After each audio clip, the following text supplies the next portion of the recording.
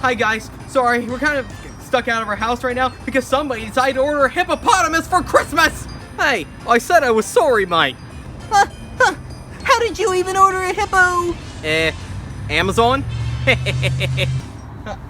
Don't worry, I'm the best zoo wrangler in town. I thought you were a detective. Oh, I'm a bunch of things. Okay, well, he's right through there. He's very territorial. Let me go get this guy. Okay, anyway, on to today's Ponder Point. And today's Ponder Point is God is hope. Wow! Through the tale of the prophecy of Jesus. Thanks, Bradley. Now, originally I was gonna have Sammy actually open the gift here on this park bench, but somebody decided to stick their hands on the cookie jar. Sorry, I couldn't help myself, mate. You know, I'll get really excited with it being Christmas time and all. Alright, well anyway, what was today's gift? Oh, well, that's an easy one. You see, today's gift is a Bible. So, quick question though, why exactly is the Bible one of our gifts for today's Bible story? Well, Sammy, the reason why today's gift is a Bible is because the Bible is full of biblical prophecies. And the reason why I bring up prophecies is because we're going to be talking about a prophet named Isaiah, who foretold the birth of Christ 500 years before Jesus even walked the earth. Well, I hope that answers your question, Sammy. Oh man, again with the hippo! And now it is time for Bradley's Christmas Poems, the part of the show where Bradley comes out and recites a Christmas poem. Okay, sorry, I'm kind of on the lookout for a hippo. Anyway, today's poem is called Real Joy by Joanna Fuchs, which goes something like this. What is Christmas without Jesus? It is a holiday full of stress. Money and stress teaching kids greed. Some people are saying, enough. Love one another, our Savior said. It's all about love, not things.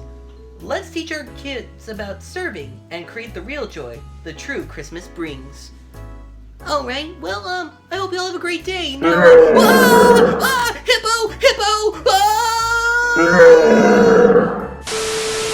Alright, let's see if I got everything on the list. Okay, here we go.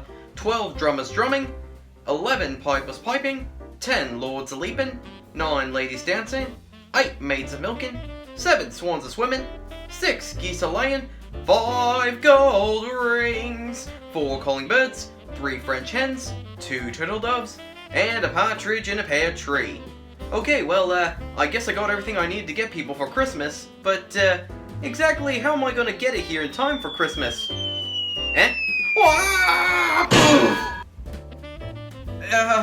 Wow, that was great timing.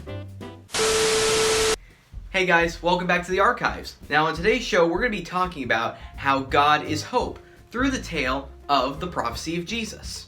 Now, to put things in perspective with this particular Bible story, we're going to have to go all the way back to the book of Genesis, the very beginning of the Bible, right to the fall of man. Now, we all know Adam and Eve sinned, they ate from the fruit what they weren't supposed to, and basically sin entered the world. But God promised Adam and Eve that he would send a redeemer, somebody to redeem them of their sins, somebody who would save them. Okay, so keeping that in mind, many years passed, we're talking 1,000, 2,000, maybe give or take away 500 years added to that, so yeah, quite a long time. But we're going to talk about a prophet named Isaiah, who had this to say in Isaiah 7:14. Therefore the Lord himself will give you a sign. The virgin will be with child and will give birth to a son, and will call him Emmanuel, meaning God with us.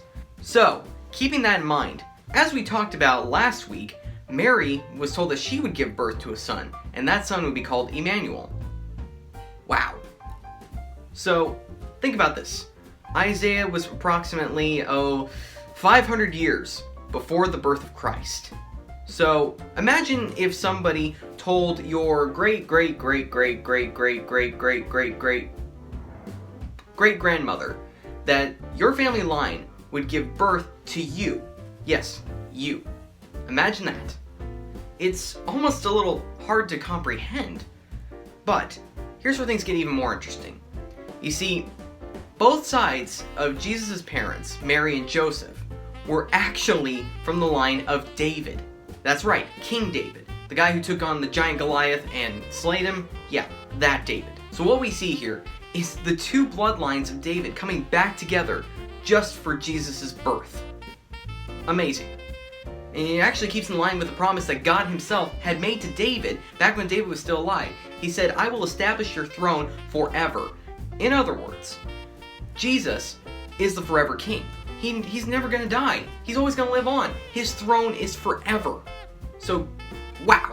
So, even through the birth of Jesus, we're seeing both Isaiah and King David both receiving a fulfillment to the promise that was made to them by God. Now, around the time that Jesus was scheduled to be born, Israel was actually under attack by the Roman Empire.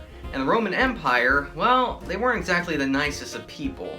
They may have created great architecture and great colosseums, but it's what they filled those colosseums with that really is not a good thing. So, Israel was looking kind of hopeless. It needed its savior. But of course, they were thinking that Jesus was going to come in and be a savior that would save them from the Romans. But God was going after a bigger enemy. He's going after death and sin itself. He knew that if he could free people from those, then their eternal lives would be secured. You see, much like how God was giving hope to the Israelites back then, he's still giving hope to us now. If he's promised you something, you may not see it today or tomorrow, but I promise you, you will see it someday. Why? Because God always fulfills his promises. Well, anyway, I hope you all have a great day, and hey, we're gonna kick it back to Bradley. Hopefully we got that hippopotamus taken care of. Well, guys, that's it for today's show. You know, we had such fun and... Huh? Henry public for himself! Sammy, come on, we gotta get going. I should have just gotten everyone gift cards!